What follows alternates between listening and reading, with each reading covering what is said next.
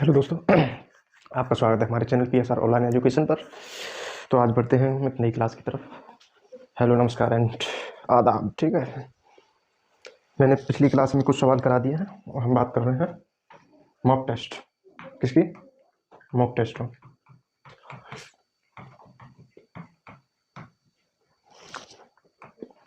कुछ सवाल उसमें हो गए, बढ़ते हैं अगले सवाल की तरफ। देखिए, सवाल नंबर 14, सॉरी 14 नहीं, इससे पहले वो होगा। सवाल में बोला 7 से बड़ी अभाज्य संख्या को 6 से विभाजित करने पर क्या शेषफल प्राप्त होता है। ऐसे 7 से बड़ी अभाज्य संख्या कौन कौन सी होती है? 11 होती है, नहीं होती है, और 7 से बड़ी अभाज्य संख्या। ठीक है,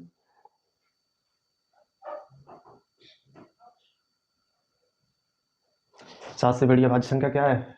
11। ठीक है, 11 को हम जब 6 से भाग देंगे तो एक बार जाएगा, कितना होगा? 6 × 6, शेषफल कितना आ गया? 5। रिमाइंडर कितना होगा? 5। पर रिमाइंडर थ्योरम में एक ये भी चीज़ होती है कि इसे हम 2 से भी भाग दे सकते हैं। जैसे 6 का 11 में वो करेंगे तो 6 दूनी 12। और ये माइनस का 1 रिमाइंडर आया, किसका? माइनस का 1। ठीक है, तो यानी 1 और 5 के बीच में इसका रिमाइंडर आएगा, बट इसको हमें किसी को लिखना नहीं, आप ऐसे ही देख सकते हैं। देखिए, ऐसे ही जो 7 से बड़ी संख्या हो जाएगी 11, और 11 से आप देखेंगे तो 5, 3 और 5 यानी ऑप्शन ए। एक ऑप्शन होगा ए। ठीक है, अगले सवाल देखिए। अगला सवाल देखिए, नीचे दी गई संख्याओं में से कौन संख्या पूर्ण वर्ग नहीं है? पूर्ण वर्ग का एक सिस्टम होता है, जो भी संख्या वर्ग होगी हमारी, स्क्वायर होगी, उसकी एक चीज होगी कि उसका यूनिट डिजिट जो है, यूनिट डिजिट इकाई का अंक कितना तो समझते हैं, 2, 3, 7, 8, ये आपको नहीं मिलेंगे उसमें। इकाई के अंक में ये क्या नहीं मिलेंगे, ये आपको इकाई का अंक इनका नहीं होना चाहिए। ठीक, तो आप देख लीजिए इसमें। उसके बाद भी अगर नहीं पता पड़े तो उसे देखते हैं। ठीक, 3, 6, 4, 1, 3 इसमें यूनिट डिजिट नहीं होना चाहिए स्क्वायर का, मतलब संख्या वो पूर्ण वर्ग नहीं हो सकती, तो ऑप्शन हमारा ए सही है। ठीक, अगले सवाल की तरफ बढ़ते हैं। नीचे दी गई निम्नलिखित एक वर्ग संख्या नहीं है, वही बात कर रहा है कि इनमें कौन सी संख्या वर्ग नहीं है। 5, 5, 5। अब देखिए, सब में 5 आ रहा है और 5 तो होता है भाई, पर हम एक चीज़ सोचते हैं कि जब भी 5 का वर्ग किसी का निकालते हैं, जैसे अब देखिए, जैसे 45 का वर्ग निकाले हम, तो इसका एक सिस्टम होता है कि पीछे वाली संख्या का वर्ग कर दीजिए, कितना हो गया? 25। तो देखिए 25 समी में है। ठीक, तो यानी ये पक्का हो गया कि ये 5 का है। ठीक है, अब इनमें से देखना कौन सी संख्या नहीं है। अब देखिए 4 क्या होता है, जो संख्या इसमें होता है दाही का अंक, उसमें जो अगली वाली संख्या होती है, जैसे 4 के आगे क्या आता है? 5। तो 5 इन दोनों का मल्टीप्लाई करके हम यहाँ लिख देते हैं, तो यहाँ कितना होगा? 4 पंजे 20, यानी 20, 25। यानी जो भी संख्या होगी वर्ग, उनमें लगातार 2 संख्याओं का गुणा होगा। अब देखिए 90 है, 90 9 × 10 होता है, लगातार है, यानी ये तो नहीं है।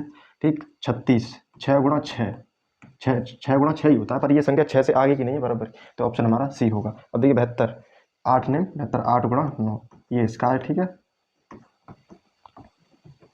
और 7, 8, 56, इसका ये है कि 7 × 8, ये भी क्रमिक है, 7 के बाद 8 आ रहा है इसमें, तो इसलिए ऑप्शन हमारा सी सही है। ठीक, तो हम बढ़ते हैं अगले सवाल की। 13 से विभाजित होने वाली सबसे छोटी 3 अंकों की संख्या को 16 से विभाजित किया जाता है, शेषफल ज्ञात कीजिए। वैसे 3 अंकों की सबसे छोटी संख्या क्या हुई? ठीक है, 3 अंकों की, तो 3 अंकों की होती है 101 होती है। कितनी होती है? 101। पर ये 13 से विभाजित नहीं होगी। हमने पहाड़ा जानते हैं कि 13 अट्ठे होते हैं हमारे, कितने? 104। कितने होते हैं? 104। तो यानी 100, इसमें ही अगर 104 कर दें हम, तो ये 3 अंकों की भी है और सबसे छोटी भी है। ठीक है, संख्या 13 से विभाजित होने वाली सबसे छोटी है ये संख्या। ठीक है, सबसे छोटी 3 अंकों की संख्या तो 104 हो गई। अब 16 को हम इसमें भाग देंगे, तो इसको हम ये नहीं कि 16 से इसमें भाग करने लगे, पागलों वाली चीज। 16 छिक्के 96 होता है, कितना? 96। उधर 4 बचा 4, इधर बचा 8, शेषफल हमारा कितना आएगा? 8। ये बिल्कुल आपको लिखना नहीं है कि ये चीज आप लिखने बैठ जाए कि ये 101 के बाद ये इतना करना है। आपको सीधा सोचना कि 13 से विभाजित, हमें बस पता है कि 101 होती है। अगर 13 से वो विभाजित नहीं हो रही तो उसको आगे बढ़ा के देखिए, तो आगे बढ़ाया तो 104 आ गया। 104 विभाजित हो रही है 3 अंकों की, और सबसे छोटी भी संख्या, उसे 16 से भाग देंगे तो 16 छिक्के 96 और शेषफल आएगा 8, जो कि हमारा ऑप्शन डी सही है। ठीक, 5 अंकों की सबसे बड़ी संख्या और 4 अंकों की सबसे छोटी, 4 अंकों की संख्या के बीच के, सबसे छोटी 4 अंकों की संख्या के बीच के अंतर बताइए। तो देखिए, आपको मैं बताऊं, 4 अंकों की सबसे छोटी 4 अंकों की सबसे छोटी, 4 अंकों की सबसे छोटी होगी 1000, ये सबसे स्मॉलेस्ट नंबर है। ठीक है, 4 अंकों की सबसे छोटी संख्या 1000। That is smallest. अब वो कह रहा 5 अंकों की सबसे बड़ी संख्या में। देखिए तो 5 अंकों की सबसे बड़ी संख्या क्या होती है?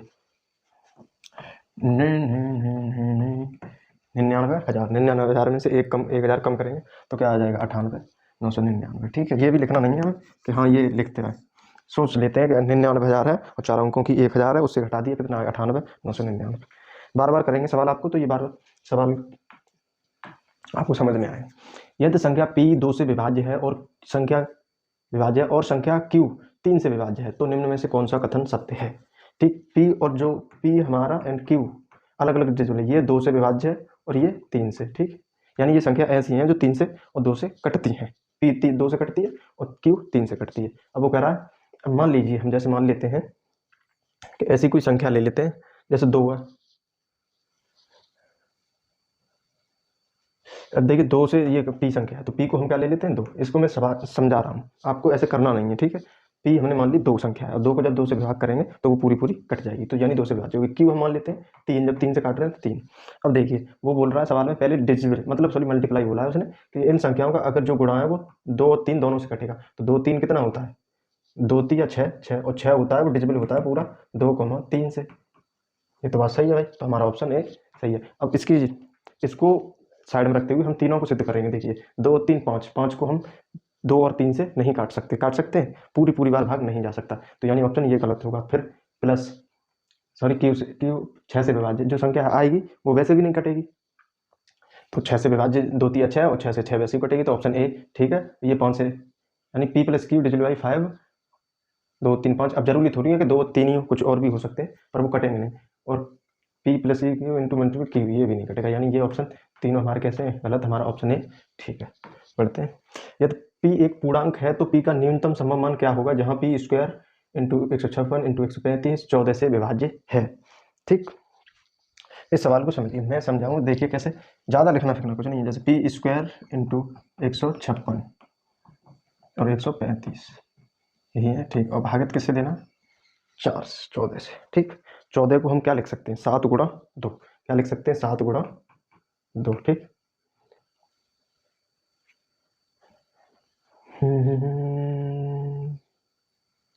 अब देखिए वो पूछ रहा है p एक पूर्णांक है। पूर्णांक मतलब दशमलव फसलों मतलब प्लस माइनस ऐसा कुछ नहीं है, सीधा एक नंबर है, क्लियर। ठीक है, अब वो 14 से विभाग करना है। p का संभव न्यूनतम संभव मान पूछा है उसने, छोटा सबसे मान क्या होगा?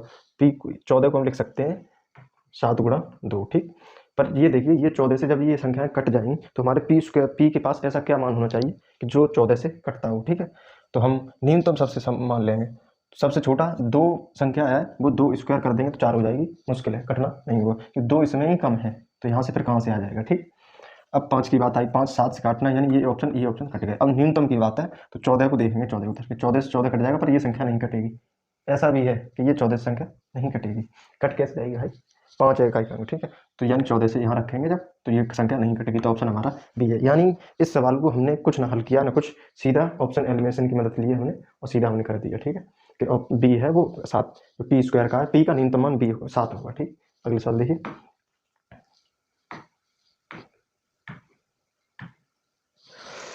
जी एक मिनट,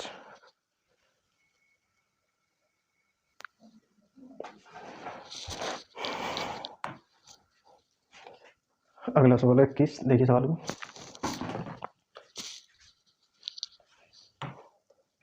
5 की पावर 71 प्लस 5 की पावर 72 प्लस 5 एक सीरीज है पावरों की। ठीक, विकल्पों से किस संख्या से विभाज्य है? ठीक है, अब देखिए ये सीरीज है।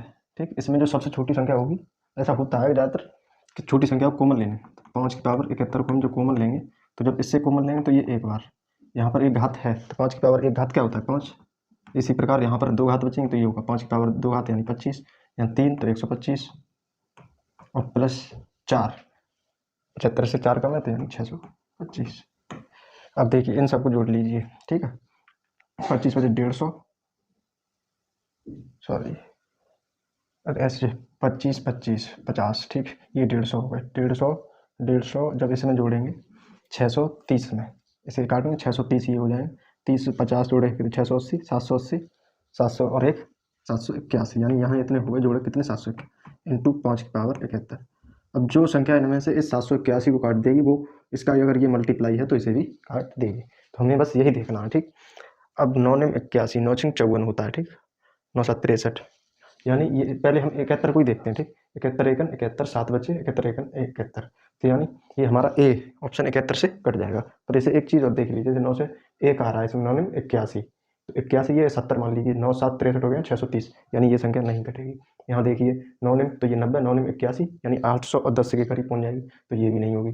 3 से 7, 3 से जब इकाई का अंक 1 लाना है तो 7 का गुणा करना पड़ेगा, तो यानी 70, 7 तो 70 49, यानी 490 के अप्रोक्स आएगा, वो नहीं होगा। तो ऑप्शन ए हमारा ठीक। अब बढ़ते हैं अगले सवाल की तरफ। एक संख्या को 405 से विभाजित करने पर 31 शेष बचता है, उसी संख्या को 27 से विभाजित करने पर शेषफल क्या होगा, ठीक है। इसका एक चीज़ रूल होता है, जैसे कोई संख्या होती है उसे हम किसी संख्या से, जैसे 11 से डिवाइड करें, ठीक है। 11 से डिवाइड करके कुछ शेषफल आए, शेषफल मान लीजिए 8 आए, ठीक है। अब इसी संख्या को वो डिवाइड करवाए उसी संख्या को 27 से विभाजित करने पर, ठीक है। जाई संख्या को अगर दूसरी संख्या से विभाजित करवाए इसी संख्या को तो शेषफल पूछे, ठीक है। तो आप एक चीज़ करें, कैसे इसे रिलेशन कैसे बनाना, कि जो संख्या जो है हमारी, सॉरी ये नहीं, जो भाजक है यानी 11 है, पहले हमारे यहाँ पर 11 है, यानी यहाँ पर 405 है, ये इसका 400 पहले में फैक्टर होना चाहिए आपसे, एक दूसरे का मल्टीप्लाई होना चाहिए। अब 27 है, ठीक। अब 405 में हम देखेंगे कि 27 से आएगा कि नहीं।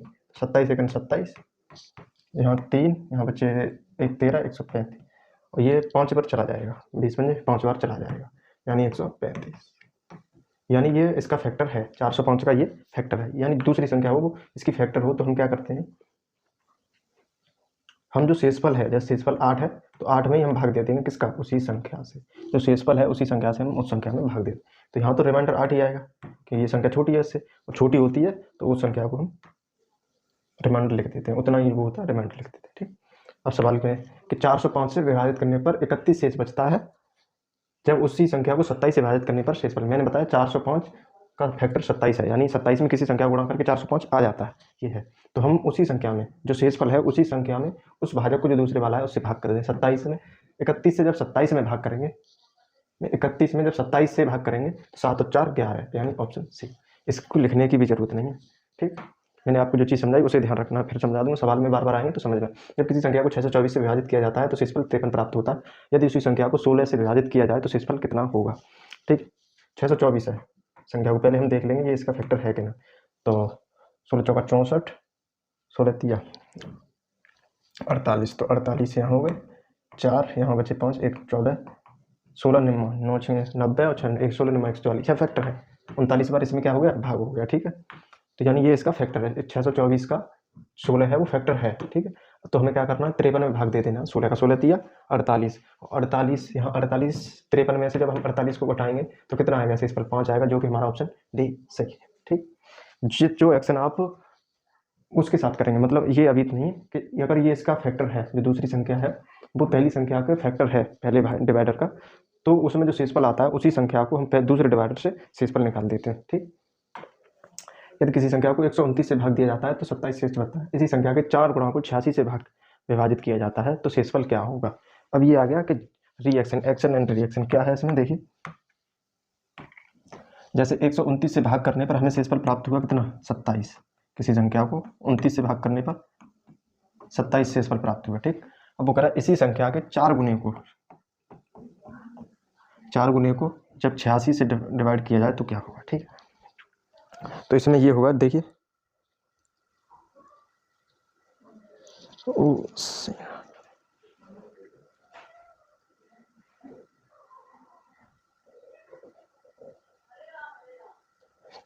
ठीक, जैसे इसी संख्या ये n है उसको 129 से भाग दिया गया, ठीक। तो सच है। अब इस संख्या के 4 गुना को इससे भाग किया जाए 86 से तो कितना शेषफल प्राप्त होगा, ठीक। अब इसमें ये नहीं देखना कि ये संख्या इसकी फैक्टर है कि नहीं है, ठीक है। बस आपको ये देखना कि जो एक्शन उस संख्या के साथ किया गया वही एक्शन इस संख्या के साथ किया जाएगा, ठीक है। तो कैसे किया जाएगा, देखिए जैसे 27 है तो 27 का 4 गुना किससे कटना चाहिए, 86 से कटना चाहिए, 86 से भागुना, 27 चौका 80 और 7 चौका 28, यानी 108, वही 86 से हम इसे डिवाइड करेंगे तो 14 और 8 22, ऑप्शन हमारा भी ठीक होगा, ठीक। पर हमें इसे लिखना इतना नहीं है, क्या इतना लिखना नहीं है, मैंने बताया लिखना नहीं है, सीधी बता दिया उसने कि 27 शेषफल बचता है, उसके 4 गुना 27 गुणा 4 से करिए और सीधा भाग किससे दे दीजिए, दूसरी संख्या के डिवाइड, डिवाइडर से, यानी 86 से, तो शेषफल हमारे पास क्या बचेगा, रिमाइंडर बचेगा हमारे पास, सॉरी 22। ठीक है, अगला सवाल देखिए, जब किसी संख्या को 14 से विभाजित किया जाता तो शेषफल 9 प्राप्त होते हैं। यदि उसी संख्या के वर्ग को 14 से विभाजित किया जाए तो शेषफल क्या होगा। ठीक है, शेषफल क्या होगा, 14, साफ सीधी 9 है, उसी संख्या के वर्ग को, यानी शेषफल के वर्ग को कितना, 81, 81 को जब 14 से भाग देंगे तो कितना बचेगा। ठीक, 14 पंजी 70, 14 छिंग 84, इसमें अगर 84 यानी 6 बार देंगे तो 3 होना चाहिए, 3 इसमें है नहीं, तो 14 पंजी 70 और 11 कितना हो गया, 81, यानी रिमाइंडर हमारा कितना होगा, 11। ठीक है, जब एक धनात्मक संख्या n को 13 से विभाजित किया जाता है तो शेषफल 11 बचता है। यदि 26 n को उसी भाजक द्वारा विभाजित किया जाए तो शेषफल क्या प्राप्त होगा। कि जब n है, ठीक, उसे किससे विभाजित कर रहे हैं हम, 13 से, तो रिमाइंडर उसने बोल दिया, कितना दिया, रिमाइंडर दिया है 11। ठीक, अब 26 n को उसी संख्या द्वारा, यानी 26 n को 13 से ही विभाजित करना है। पर आप इसमें देखिए, जो ऊपर वाली संख्या है उसमें अगर 13 की उपस्थिति है, जिस संख्या से हम भाग करते हैं उस संख्या की अगर उस संख्या में उपस्थिति है दूसरी संख्या में, तो वो पूरी बार कट जाएगी। 13 दूनी 26, इसमें किसकी उपस्थिति है, 13 की है, तो रिमाइंडर कितना आएगा हमारा, 0। ठीक, दो अलग अलग संख्याएं 33 से विभाजित होने पर क्रमशः 21, 28 शेषफल देती हैं। यदि उन दोनों संख्याओं को का योग 33 से विभाजित किया जाता है तो शेषफल क्या होगा। ठीक है, 33 से विभाजित करने पर शेषफल के साथ दोनों संख्याओं को का योग, दोनों संख्या जोड़ दीजिए आप, 21 + 28, भाग किससे करना है, 33 से, तो 8 और 1 9, यानी 49 हो गए। 49 को 33 से घटा दीजिए, कितना होगा, 6 और 1 16, यानी रिमाइंडर जो है हमारा कितना है, 16। ऑप्शन डी सही है। ठीक, अगला सवाल, दिए गए पूर्णांकों को a और b को 8 से विभाजित करने पर शेषफल 5 और 7 है। जब a b को 8 से विभाजित किया जाता है तो शेषफल क्या है। जैसा आप संख्या के साथ शुरू करेंगे वही रिमाइंडर के साथ करना पड़ेगा, सेम टू सेम। ठीक, टिट फॉर टैट, 5 और 7 यहाँ पर शेषफल बचे हैं। ठीक, ये a b है, यहाँ a और b है, यहाँ पर a b यानी उसने संख्याओं को गुणा कर दिया, तो 5 × 7 किससे विभाजित करवाया, को 8 से विभाजित करवा रहा है, यानी 7 × 35, 35 को 8 से विभाजित करेंगे तो 8 चौक होता है 32, और 32 में 3 जोड़ देंगे क्या हो जाता है, 35, यानी रिमाइंडर कितना होगा हमारा, रिमाइंडर होगा 3।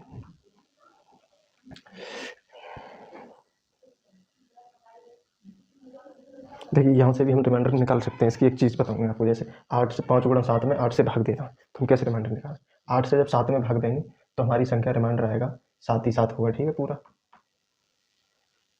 पर ये संख्या कम है तो हम 7 नहीं लिखेंगे, माइनस में ले लेते हैं, तो यानी माइनस का ये 1 कम है और ये माइनस का 3 कम है। आपसे जब इनका गुणा करेंगे माइनस माइनस प्लस हो जाएगा, 3 एकम 3, यानी रिमाइंडर 3। ठीक, अगला सवाल, जब धनात्मक संख्याएं a b c को 39 से विभाजित किया जाता है तो क्रमशः 9 7 10 शेषफल प्राप्त होता है। जब इस संख्या को a 13 से विभाजित किया जाए तो प्राप्त शेषफल क्या है। जो संख्याएं दी हैं, शेषफल दी हैं, वो उनको यहाँ पर लगा के और 13 से भाग करना है। ठीक है, तो 9, a की वैल्यू कितनी है, 9, वैल्यू दी नहीं है, ये हमें पता है। जो एक्शन आप शेष मतलब संख्या के साथ करेंगे वही हमें शेषफल के साथ करना पड़ेगा, तो ये संख्या के साथ किया तो हमें यही शेषफल के साथ करेंगे। तो 9, 1 और 7 दूनी 14, 10 का 5 सिया यानी 50, इस संख्या को हम 13 से भाग करेंगे। ठीक, 9 और 4 13 यानी 23, और ये हो गया 73, 13 से भाग करने, 53 65, 65 में कितना रिमाइंडर 8 आएगा, 53 65 कितना शेषफल बचा, 8। ऑप्शन डी सही है। ठीक, तो आज तक केवल यही है, अभी एक और क्लास होगी इसमें, रिमाइंडर पे इसमें है। ठीक, नंबर सिस्टम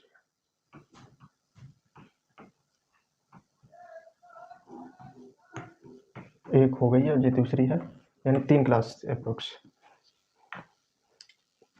ठीक है, तो आपका धन्यवाद, जय हिंद, जय भारत।